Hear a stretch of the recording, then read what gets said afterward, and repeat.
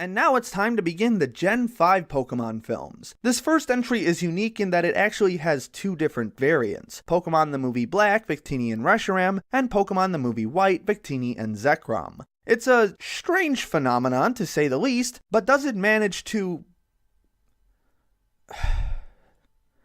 I can't do this.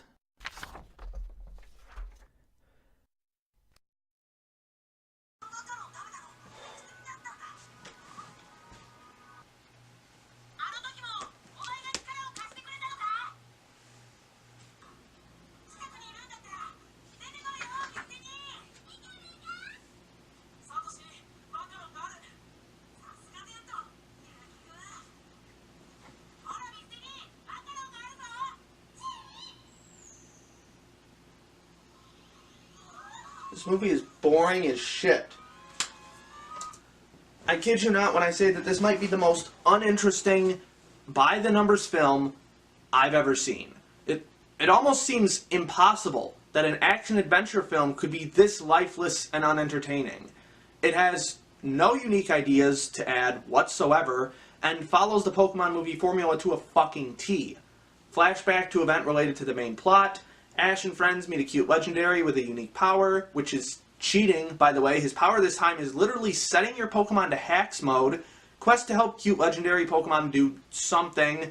Bad guy shows up and kidnaps cute legendary. Big boy legendary show up and have a big battle. Ash and or cute legendary almost dies. Resolution with no drawbacks or consequences.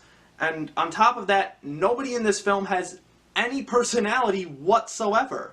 Not our heroes, not the antagonist, not the antagonist's family, which could have provided an interesting conflict of ideology and trust, but no, fuck that. Not even the legendary Pokemon. Victini is just another cute mascot legendary like Celebi or Jirachi, and Reshiram and Zekrom are just stoic legendaries. Oh, and let's talk about this being two movies. You see, the thing with Reshiram and Zekrom is that they represent truth and ideals respectively. You know, they're very philosophical in nature, like which one's more important in the grand scheme of things.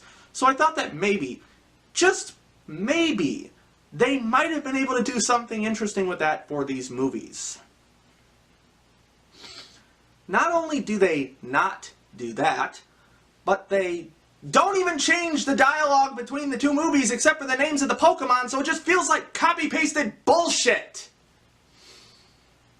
Christ, what else can I talk about? Nothing, really.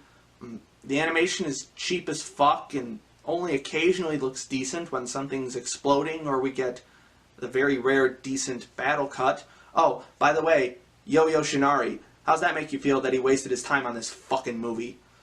I only noticed the soundtrack because I was actively searching for it when I was so bored, and even then it was generic as fuck. God, this is just a fucking boring movie. That bit I did at the beginning where I was reading while I was watching, I actually did that the first time I watched this film. I did that in real life because nothing interesting fucking happens.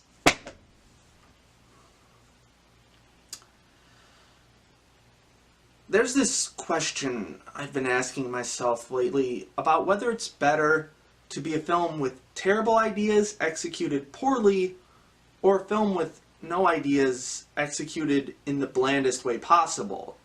And I think this film finally answered that for me. Because with Jewel of Life, I could at least register that I was still alive. That I hadn't become fucking comatose.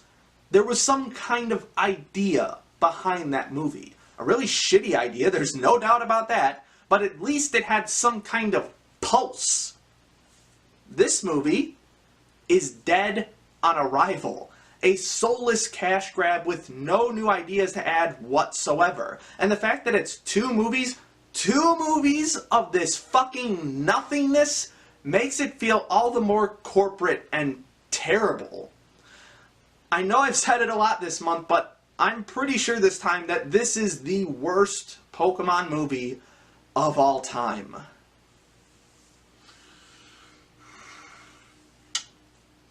Well, thanks for watching if you made it this far. I don't doubt you if you didn't. Tomorrow's Keldeo, and I know I'll at least have something interesting to say about that. Special thanks to Jan Rogalski, Rourketon JJJ User, Kushina Minami, and all my other patrons for their generous support. My name is Ember, and fuck it, you know how this goes. We're done. Next movie.